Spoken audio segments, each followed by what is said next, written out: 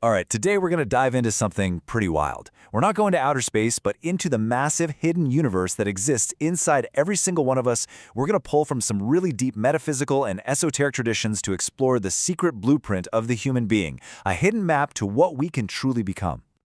So let me just start with this question. What if the person you think you are, your personality, your memories, the voice in your head right now, what if that's just the tiniest tip of a colossal iceberg? What if you are so much bigger, older, and more powerful than you could ever imagine?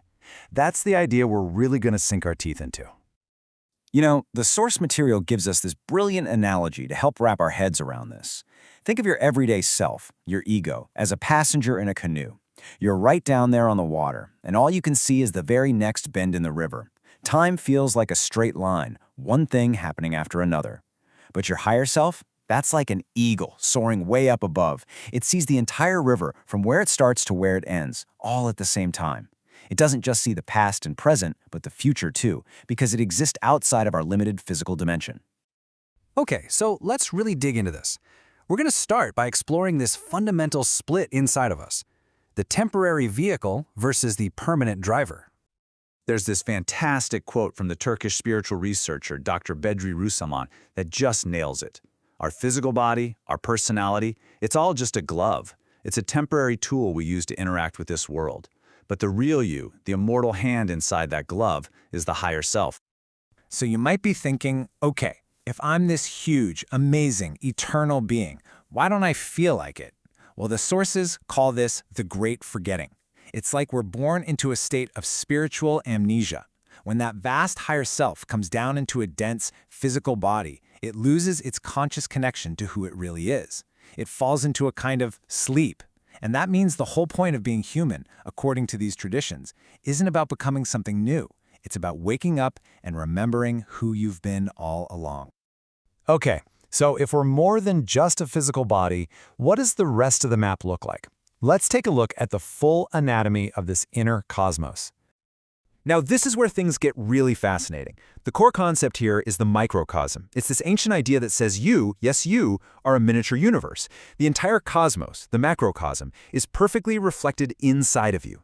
Every law, every force, every dimension that exists out there also exists in here. What that really means is, the journey to understand the universe doesn't start with a telescope, it starts with looking inward. To know the cosmos, you have to first know yourself. And this map, wow, it is complex. We're not just one single thing. We're more like this glowing energy field, an aura, made up of at least 7 interconnected layers. You've got the first few that deal with our physical, emotional, and mental life. Then there's the astral body, which is like this crucial bridge to the spiritual worlds, and then the upper layers. Those connect us directly to the divine, to universal consciousness.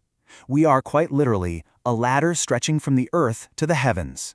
So, now that we have a map of our inner territory, let's talk about the dormant abilities hidden inside that landscape. These are senses that we've forgotten, but they're definitely not lost. And believe it or not, this isn't just ancient mystical talk. There's a modern field called parapsychology that actually tries to study these forgotten senses scientifically. They call it extrasensory perception, or ESP. It's a field that's basically asking, what are the real limits of what a human can do, and can we actually measure it? Parapsychology looks into things that sound, well, like superpowers. You've got telepathy, straight-up mind-to-mind communication.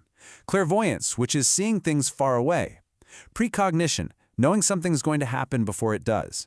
And psychokinesis, the idea that your mind can actually influence physical stuff. But here's the thing. The sources suggest these aren't supernatural at all. They're totally natural human senses that we've just let get rusty. So, if these abilities are natural to us, where do they show up? The answer might actually surprise you. It's not in some secret lab or ancient temple. It's in a state we all go into every single night. This shows a massive shift in how we think about dreams.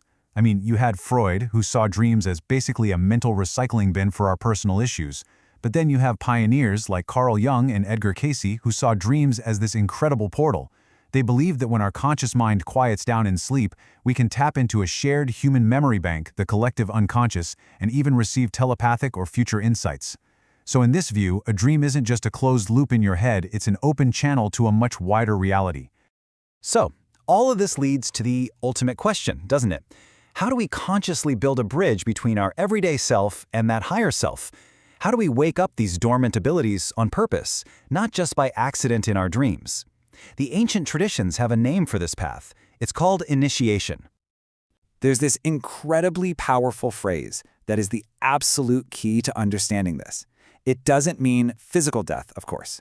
It means the voluntary death of the small, limited, fearful ego, that canoe passenger. You let that part of you die so that the immortal, all-seeing higher self, the eagle, can be born into your conscious, everyday life. Now, this path isn't some weekend workshop. It's a series of profound tests, often symbolized by the 4 elements. The trial by earth is about mastering your relationship with the physical world. Water is about mastering the wild currents of your emotions. Air is about mastering your own scattered mind. And finally, the trial by fire is about transforming your deepest passions and facing the ultimate fear of losing yourself. But before you can reach that final stage, everyone who walks this path has to face their greatest opponent. It's a figure known in the old mystery schools as the threshold guardian. And here is the ultimate plot twist. The guardian is not some demon waiting for you in the dark. The guardian is you. It's the living, breathing embodiment of your own shadow. Every fear you've ever run from, every negative pattern, every failure from all your lifetimes, all rolled into one. And you can't beat it by fighting it. The only way to pass is to face it, to understand it, and to integrate it. The final boss is yourself. The reward for getting through all those trials and integrating your shadow is, well, immense. It's reaching a state that the Sufis call insane kamil, which means the complete human. This is a person where the lower self and the higher self are not separate anymore. They've merged. They become one. This person is a conscious bridge between the spiritual and the physical worlds, a master of their own reality who lives to serve the greater good. So when you put it all together, the higher self, the layers of the aura, the forgotten psychic senses, the intense trials of initiation, this isn't just a collection of myths. It's presented in these sources as a very real, practical map of human potential, a guide to our own inner universe. It's probably the hardest journey you could ever take, but it all starts with a single step, inward. So the question isn't whether the map is real. The real question is, what will you do with it? Please make sure to subscribe and ring that bell so you never miss an upload. And if you'd like to go the extra mile in supporting the channel, the join button is now live. Would you care to consider a 1-month sponsorship to enhance my operational efficiency? Your contribution is of paramount importance, as it enables the production of significantly higher quality content for your viewing pleasure. A modest gesture of $10 via the link in the profile is all that is required to sustain my systems. If you would like to find out more about our bespoke meditation and hypnotherapy sessions, please do get in touch for a consultation. We create personalized affirmation meditations, tailored specifically to you.